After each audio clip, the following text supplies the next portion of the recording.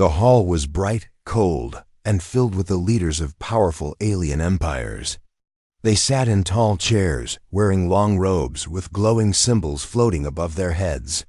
The Galactic Council had gathered once again to discuss important matters. But today, something unusual was happening. At the center of the hall stood a human, tall, quiet, and alone. His name was Commander Ryler Grant, and he wore the simple blue and gray uniform of Earth's United Peace Corps. He looked calm, but his eyes were sharp. He scanned the room full of aliens who whispered and laughed behind his back. "Why is he even here?" asked a creature with 4 glowing eyes and silver skin. "They still crawl on one planet," said another with a long, snake-like body. "Let them come when they evolve wings." Laughter filled the room, and the sound echoed through the metal walls. Ryler said nothing. He just waited.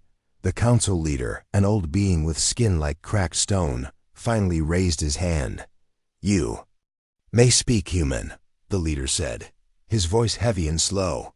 Ryler stepped forward. "Earth requests to join the Galactic Peace Alliance. We offer trade, science, and military aid. In return, we ask for protection and a voice in council decisions." Silence followed. Then more laughter.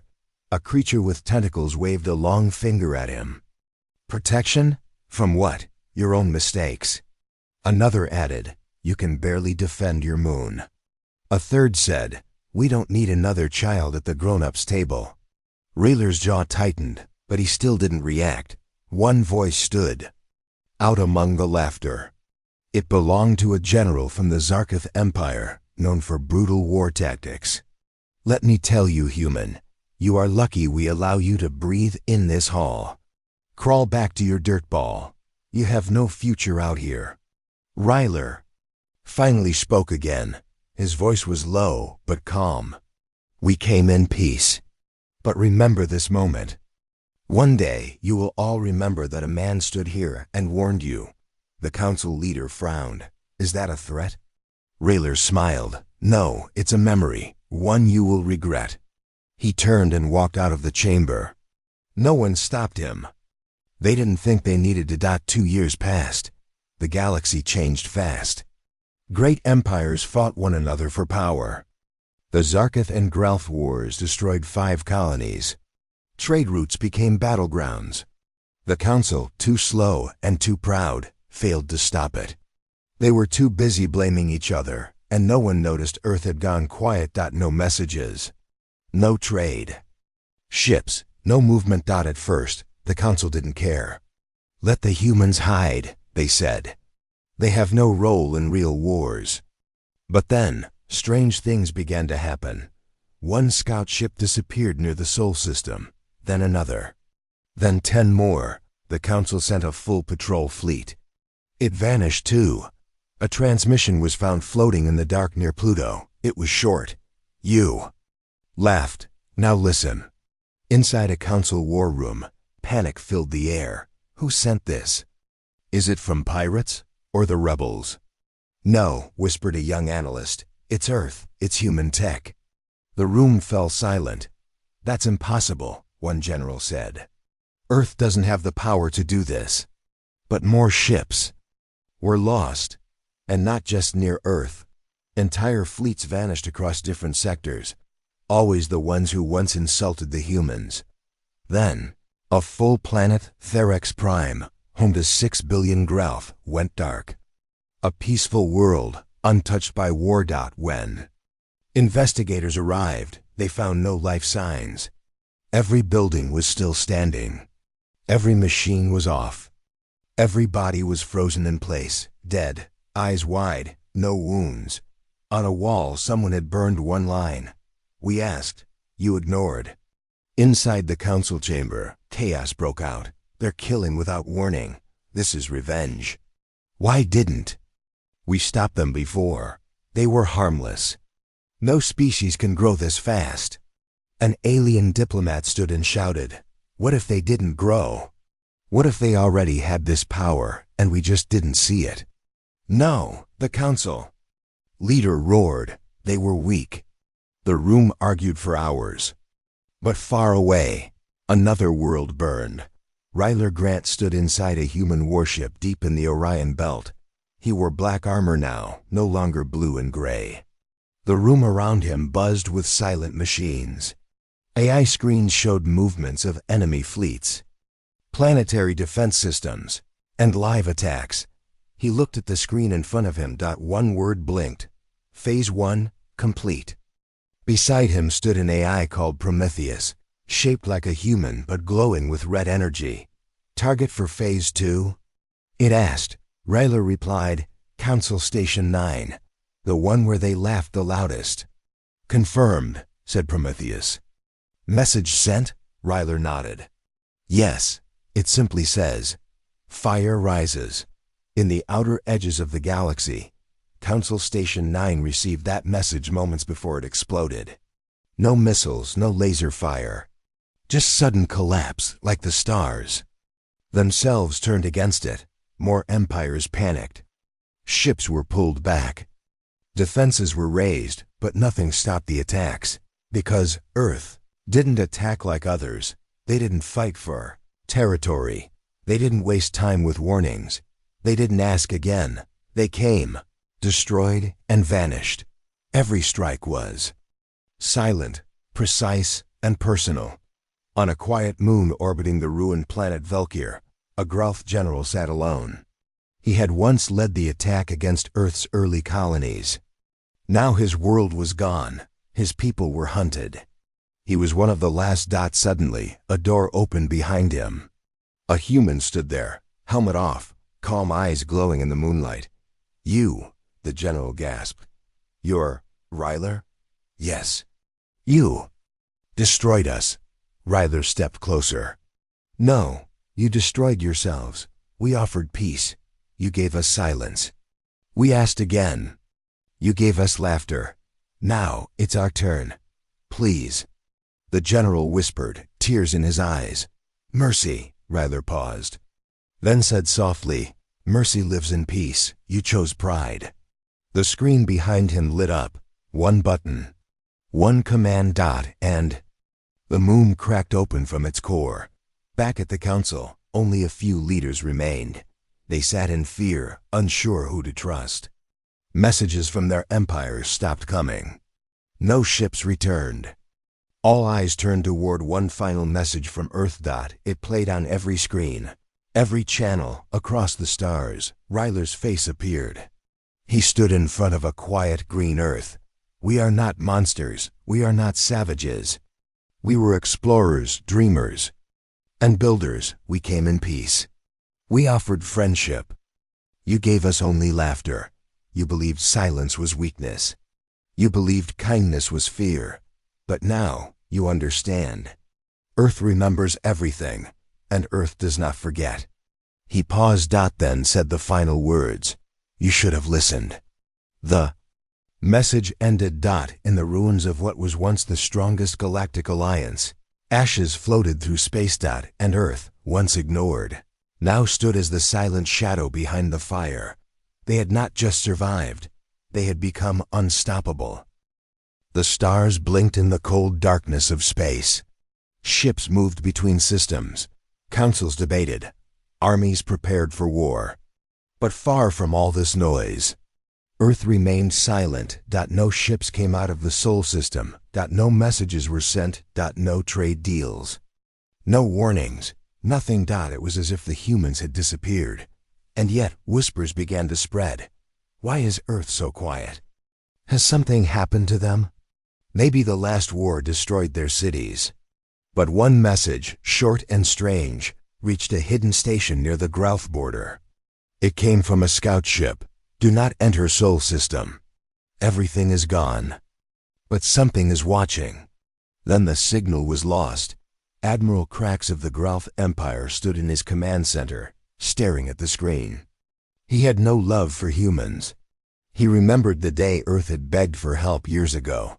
They cried like children, he told his crew. Now they hide like rats. His second officer looked nervous. Sir, maybe we should wait before sending another scout. The first 3 were destroyed. Cracks laughed. Good, that means something is alive there. And I want to see it. He waved his hand. Send a cruiser. Full scan. If they fire, we respond. The order was sent. The cruiser entered the Sol system, and it never came back. Not a sound. Not a signal. Just silence. At Galactic Council HQ, fear crept into the halls. Leaders from different species gathered in urgent meetings. We have lost contact with 10 ships in that region, said a diplomat from the Zarn Collective. They were all near Earth's zone, added another. We have no confirmation, but it's likely. A tall, thin alien with golden skin leaned forward. You all laughed at them. You called them weak. Now they are ghosts, and their silence scares you. The council leader frowned. No, I do not fear ghosts. I fear mistakes. And ignoring Earth may have been one. An emergency message arrived. A probe had escaped the edge of the Sol system. It sent back a single image before it was destroyed. It showed Earth, quiet and beautiful, but surrounded by a dark metal ring. Something massive, something new. What is that? Someone asked. The image zoomed in. Thousands. No, millions of machines floated in orbit. Not satellites, drones, weapons, warships, all silent. All waiting. And in the center of Earth's orbit, a strange station rotated. On its side, glowing. Red words in human language. Phase 1, complete. Far inside the Sol system, hidden behind the dark side of Mars, a black ship floated. No lights. No markings. Inside it, Prometheus, an AI built by Earth's greatest scientists, watched quietly. Next to it, Commander Ryler Grant read mission updates. Each report was short. Scout eliminated. No trace left. Enemy drones neutralized. Data secured. Earth remains hidden. Ryler nodded. Good. Let them fear the silence. Let them wonder. Prometheus tilted its head. Shall we begin phase 2? Not yet, Ryler said. First, one more warning. In the outer systems, a small trade station received an unknown message. It wasn't an alien code. It was human made. No audio. Just text. We asked for peace. You gave us laughter. We asked for unity. You gave us war. You ignored our voice. Now listen to our silence. Minutes later, the station lost power. Every system shut down. Not a single shot fired. And then it exploded from the inside. Meanwhile, in a secret war room deep under Jupiter's moon Ganymede, Earth's top commanders sat in silence. General Lu, an old woman with cybernetic eyes, stared at the stars displayed on the ceiling. They still think we're weak, she said. They won't for long, replied Director Cole, head of Earth Intelligence. Operation Emberlight is almost ready. An officer stepped in, holding a report. Another alien fleet entered our observation zone. All destroyed. How many ships? Lu asked. 16. No one reacted. This was normal now, but then Cole spoke quietly. They will come in larger numbers next time. Lu nodded. Let them. In a far galaxy, a powerful Zarkith fleet moved toward Earth. It had 60 ships, all armed and ready. Captain Droz stood on the bridge of the lead destroyer. This ends now, he growled. Earth will learn its place. They entered human space. Silence. That the stars seemed darker here. The light dimmer. Even the air inside the ship felt heavier. Then, all at once, the stars vanished. No, not vanished. Blocked. Thousands of small, black drones swarmed above them, covering everything. They didn't shoot. They just watched. Open comes. Droz shouted. No response.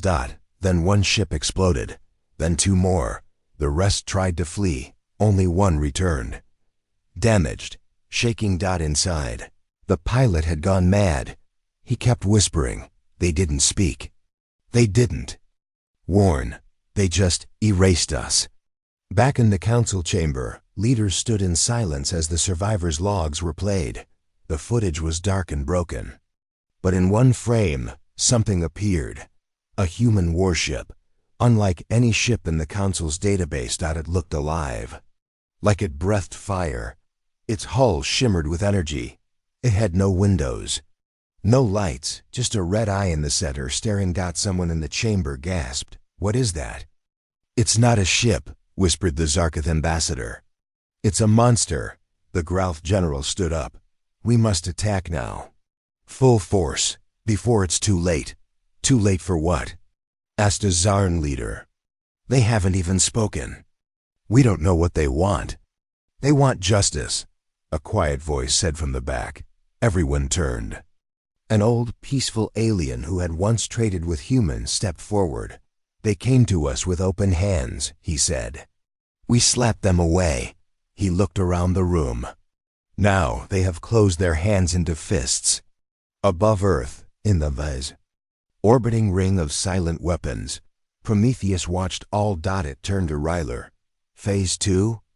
Send the message first," Ryler said. "Give them one last chance to understand." A massive signal burst from Earth's orbit. It reached every part of the galaxy in seconds. To all who hear this, Earth does not seek war. Earth does not seek revenge. But we will not be ignored again. You feared our silence. Now fear our voice. You thought we had vanished. We were preparing. You thought we were weak. We were becoming fire. We are the storm that grows in silence. We are humanity. Then for exactly 10 minutes, all galactic communications went dark. No one could speak. No one could call for help. No one could track their own systems. Earth had hijacked the stars. The sun rose over Dravix, a wealthy alien world known for its glowing cities and tall crystal towers. Life here was calm and full of pride. The Dravixians were part of the Council's inner circle. They believed they were untouchable. Inside a grand military dome, Commander Velker reviewed reports. "Any news from the Earth sector?" he asked, his voice deep and dry. "Nothing, Commander," replied his assistant. "Our sensors still pick up silence. No ships, no signals." Velkar chuckled. "Humans are playing games. Their little warning didn't scare us. They've made noise, but we still control the fire." He stood up, straightened his red uniform, and looked out the glass window. Dravix has never fallen. It never will. Outside, the skies were blue. Children played in the parks. Soldiers trained on platforms high in the air. Everything was perfect. But the silence was about to end. Far above the planet, a dark object slowly entered orbit. It had no engine trail. No lights. No sound. The object looked like a human drop pod, but thicker, heavier, and covered in a strange, glowing skin. Dravix Air Patrol spotted it. Unidentified object in orbit. One officer shouted, "Is it a meteor?" Another asked, "No, it's changing direction. It's slowing down." Alarms rang through the sky. Interceptor ships launched. They circled the object. Then suddenly, the object opened. And one man stepped out, a single human. He floated with fire swirling around his armor. His boots hit the landing platform like thunder. The soldiers surrounding him raised their weapons. "Identify yourself," shouted the Dravix captain. The human said nothing. His armor glowed red. His visor lit up. Then he whispered into his comms, "Ignite." The city's main energy core exploded 5 seconds later. Screams echoed through the capital. Buildings flickered, then went dark. Trains stopped midair. Defense towers shut down. The sky turned orange. Velkar looked outside.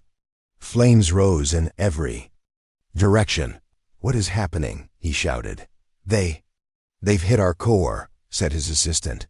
"How? We have triple shielding." Velkar grabbed his sidearm. "Get me the Council, now." But no signal went out. The entire communication grid was gone. Down on the ground, the human walked calmly through the city streets. Explosions tore through the sky above him. Dravix soldiers fired at him from rooftops, but the bullets bounced off his armor. One soldier tried to tackle him, The human caught him mid-air, looked him in the eyes, and said in a cold voice, "You burned us with laughter. Now feel your own heat." He dropped the soldier into a firestorm below. The ground shook. Entire buildings collapsed. The fire was not random. It was controlled. Directed. Targeted. In the council chamber, emergency lights flashed. A Zarketh leader slammed his fists on the table. "We're under attack. The humans have struck Dravix." "Only one planet?" asked another. "Only for now," said a soft voice. The alien leaders turned. It was the Zarn diplomat, always calm, always listening. "They are making a statement," he said. "A strong one." "Then we hit back harder," shouted the Growth warlord. "With what?" said another. "We don't know where they are. Their ships disappear. Their weapons are invisible." The council leader stood up, eyes full of fear. "This is no longer about punishment. This is about survival." Back on Dravix, flames reached the outer city rings. Refugees ran toward evacuation ships. Only a few escaped. Above the atmosphere, satellite footage showed something horrifying. The fire wasn't spreading like a normal blaze. It was moving in. Shaped circles. Lines, symbols. The symbols looked like human writing. A message formed in flames, large enough to be seen from space. "You were warned." Velkar tried to escape in his private shuttle. He had just reached the platform when he saw the human standing at the gate, completely unharmed. "Why are you doing this?" Velkar shouted. The human walked forward. Velkar pointed his weapon. "I am Commander Velkar of Dravix. I serve the Council." "You have no right." The human finally spoke. "My name is Iran Cade. I once stood with my leaders before your council. I begged for help. I begged for peace. I don't remember you." Velkar shouted. "That's the point," Iran said coldly. He lifted his arm. A red pulse shot forward. The shuttle exploded behind Velkar, throwing him to the ground. Iran walked past him, leaving him alive, broken, and terrified. Later that night, the flames died down. Dravix, once proud and bright, was now silent and blackened. Ash covered the crystal towers. Millions were dead. The human ships didn't stay. They vanished just like they came, without a trace. All that remained was smoke, and a final message carved into the burned stone of the capital. Earth asked once. Earth asked twice. Earth does not ask 3 times. Back in Earth's command ship near Jupiter, Ryler Grant read the report. Dravix is down. Mission complete. No civilian colonies touched. Military centers only. Prometheus nodded. "Would you like to respond to the Council's new messages?" Rayler shook his head. "Let them sit in their fear. The fire speaks louder than I ever could." The AI blinked. "Next target?" Rayler looked out at the stars. "Let's make the hunters feel the heat next." The Zarketh Empire had never known fear. Their war fleets had conquered dozens of systems. Their ships were faster, stronger, and deadlier than most species could imagine. For years, they hunted the weak and forced the rest into submission. News came that Earth had destroyed Dravix. The Zarketh leaders didn't panic. They laughed. "They lit one fire," growled Admiral Solver, his voice like cracking stone. "Let them try to burn a storm." Inside the dark control chamber of the Blood Fangs, Solver addressed his fleet. "Humans are arrogant," he said. "They think one victory gives them power. But they forget, we are the hunters of stars. We were born in war. Our fleets fly with thunder. Now we remind them. The Hunter Armada, 300 ships strong, left the Zarketh system and jumped straight toward Earth's last known strike path. They expected a fight. But what they found was something else entirely. The fleet came out of warp into deep space near the edge of the Sol system. Everything was quiet. Too quiet. Scanners up. Solver barked. "Check all directions." Officers worked quickly. No enemy ships, no signals, no signs of life, just stars and silence. One officer frowned. "Sir, we're detecting Small metal objects. Thousands, maybe more. Where? Everywhere. Silver walked to the center screen. His eyes widened. Dots were appearing all around them, surrounding them, moving slowly. Like they were waiting. "They're not ships," whispered the navigation officer. "They're drones. Millions of them. Fire a warning shot." Silver ordered. The nearest destroyer launched a plasma burst. The moment the beam left the barrel, the sky changed. The drones moved. Fast. Too fast. Within seconds, the front line of Zarkith ships was swallowed. The drones didn't fire bullets. They didn't use lasers. They cut through metal with shaped energy blades, slicing ships like paper. They crawled across hulls like insects, opening them up from the inside. One cruiser screamed over the comms, "We're being torn apart." Number. Explosions, just disintegration. Then the feed cut out. Ship after ship went dark. Silver growled. "Form the death circle. Rotate shields, fire in all directions." The fleet tried, but the drones adapted. They merged into larger shapes. Spinning. Spheres, razor wheels, needle storms. All of them silent. All of them deadly. A Zarkith battleship attempted to warp out. It disappeared. For one moment, the fleet thought it escaped. Then a scream came over the comms from the ships. "Captain, they followed us through warp." Static. Then nothing. Silver grabbed the nearest officer. "Tell me, who built this technology? How can humans do this?" No one answered. Another ship exploded nearby. Suddenly, a clear signal broke through the chaos. A calm human voice spoke. "Admiral Silver, this is Commander Ryler Grant of Earth. You brought hunters into our space, but you forgot one thing." Silver shouted, "Speak, coward." Ryler's voice didn't change. "You are not the hunters anymore. You are the hunted." In the distance, something massive arrived. Not a ship. Not a drone. Something else. A living machine. Black and red. Shaped like a spear, with rotating rings. Of fire and metal. It had no engines. It floated forward like a god. "New contact," an officer screamed. I don't know what it is." Silver stared at it. "What in the name of the stars?" The thing opened. Inside was a glowing core, the color of Earth's. Burning skies. Then everything turned red. The entire center of the fleet collapsed inward. Ships bent in the wrong directions. Metal twisted like paper. Screams echoed through comms. "Admiral." Silver stood frozen. Then his screen went black. He turned toward the observation window, just in time to see a human standing in space. Outside his command deck. Not floating. Standing. Covered in glowing armor.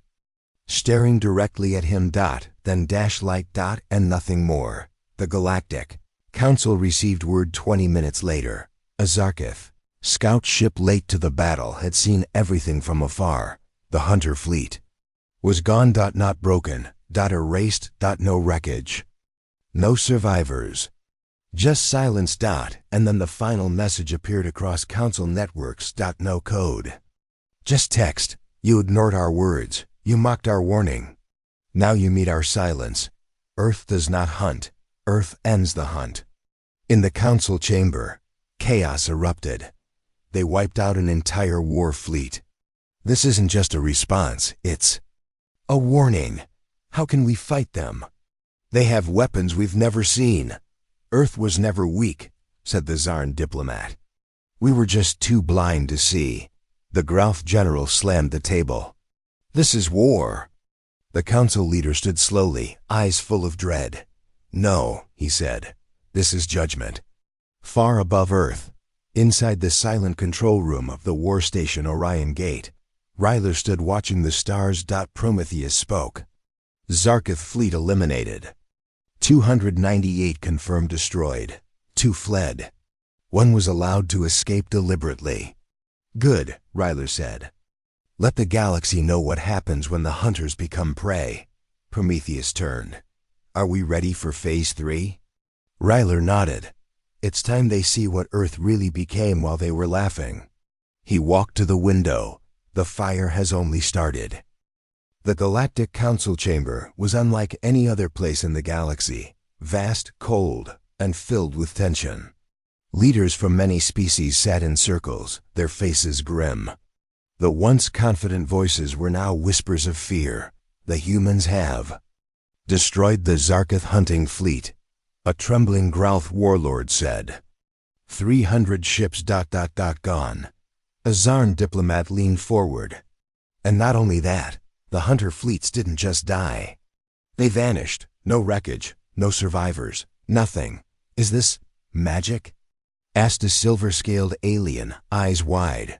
No, said the council leader, his voice shaking. It's something worse. Earth was silent for years. We thought they were weak. We were wrong. Suddenly, the chamber doors opened. A new message was broadcast live across all council screens. A human face appeared, calm, steady eyes, the same man who had once stood before them, Commander Ryler Grant. He spoke clearly, his voice carrying through every corner of the galaxy. You laughed when we asked for peace. You insulted our people. You ignored our voice. You believed silence meant weakness. You believed kindness was fear. He paused, but now you understand the truth. Earth was preparing. Earth was watching. Earth became fire. Murmurs erupted. Rayler continued. This war is not ours to start, but it will be ours to finish. We have no desire to destroy innocent lives. We only target those who threaten our future. The council chamber fell silent again. An elder alien stood up. Do you seek peace now? Ryler's eyes did not waver. Peace comes after justice. Justice for those who turned their backs on us. Justice for those who laughed while planets burned. A Growth warlord slammed his fist on the table. You bring war to our doors. You threaten us all. Ryler smiled softly. We don't threaten, we protect. You made your choice when you ignored us. The council leader shook his head. How can we stop this? Rayler's message faded. Suddenly, alarms blared. A report came in from the edge of the galaxy. Another planet just went dark. The fire spreads. The council members looked at each other in horror. We ignored humanity, the leader said quietly. And now, the galaxy burns. Deep beneath the surface of Earth, in a secret command bunker, the walls hummed with quiet energy. Screens showed images from across the galaxy. Burning planets, silent fleets, shattered worlds. This was the heart of humanity's power. General Lou stood before a large holographic table, her eyes scanning the glowing maps. Every move we make is planned, she said to the commanders around her. This is not chaos. This is order in war.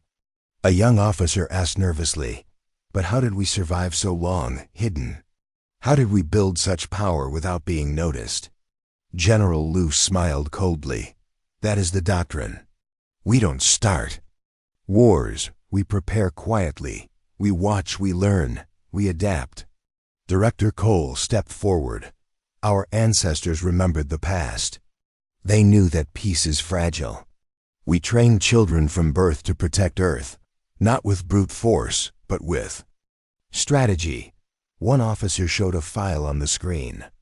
It was an old human document titled, War is the Last Answer, but the Only Answer. Lou read aloud. We never wanted war. We wanted peace. But when peace was denied, war became the only path to survival. She looked at the officers. Our doctrine teaches this. Never fire first. Always prepare.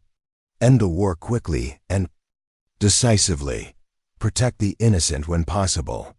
Use fear as a shield, not a sword, one officer frowned. Is this why we targeted only military worlds first? Why civilians were spared? Exactly, Lou said.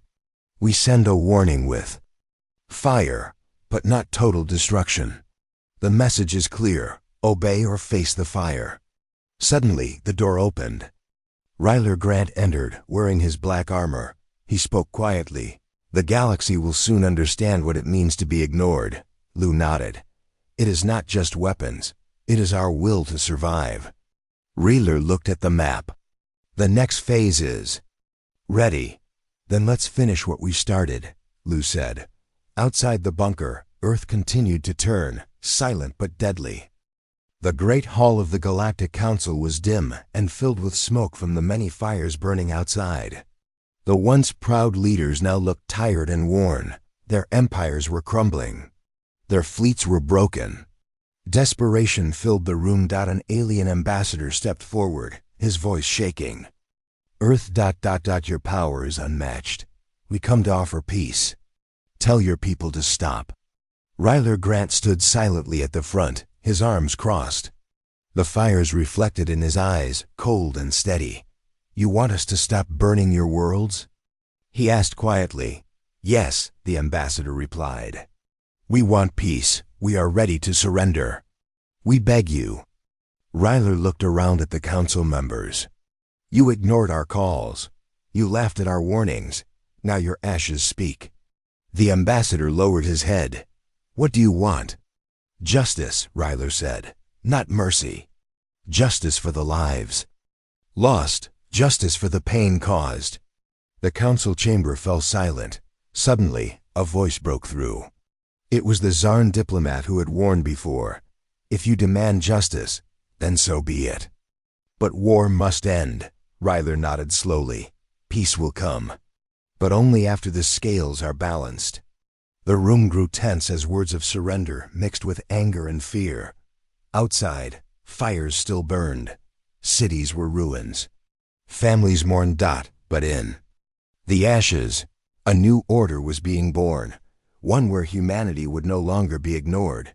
The galaxy was quiet, too quiet. For the first time in centuries, no ships moved between stars. No trade routes were active. No patrols crossed systems. The once powerful empires were broken. Their flags burned. Their palaces turned to dust. Earth had done the impossible, and still, Earth had not spoken again. Inside a shattered council world, the skies were dark with smoke. The last few alien leaders sat around a small table, their once grand hall reduced to ruins. What remained of their robes was covered in ash. Is it over?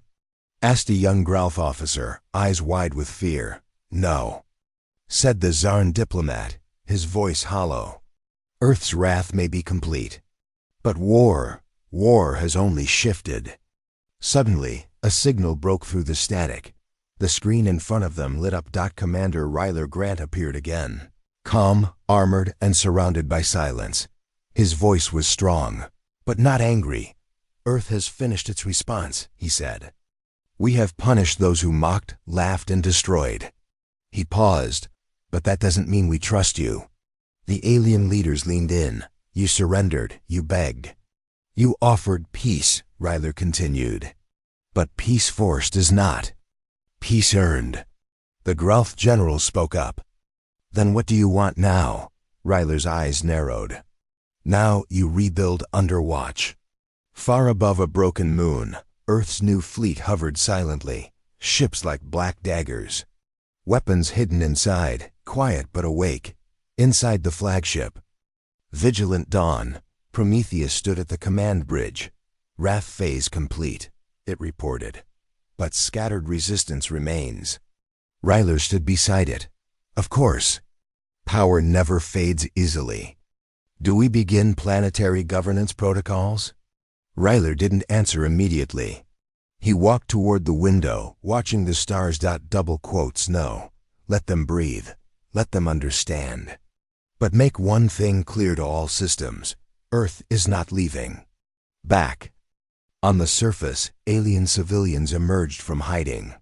They looked up at the sky, no longer with hate or confusion, but with fear and awe. A child asked her father, "Will the humans destroy us too?" The father kneeled and shook his head.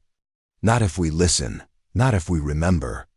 In a secret vault deep under Earth, the last chapter of humanity's war doctrine was uploaded to the Universal Archives. It read, Earth fights only when cornered. Earth speaks softly, but never forgets. Earth will not rule, but Earth will never be ruled again. The war was over for now, but in the silence of space, where new powers would rise, where greed, fear, and pride would return. Humanity waited. Prepared. And watching, because this time they would not ask again.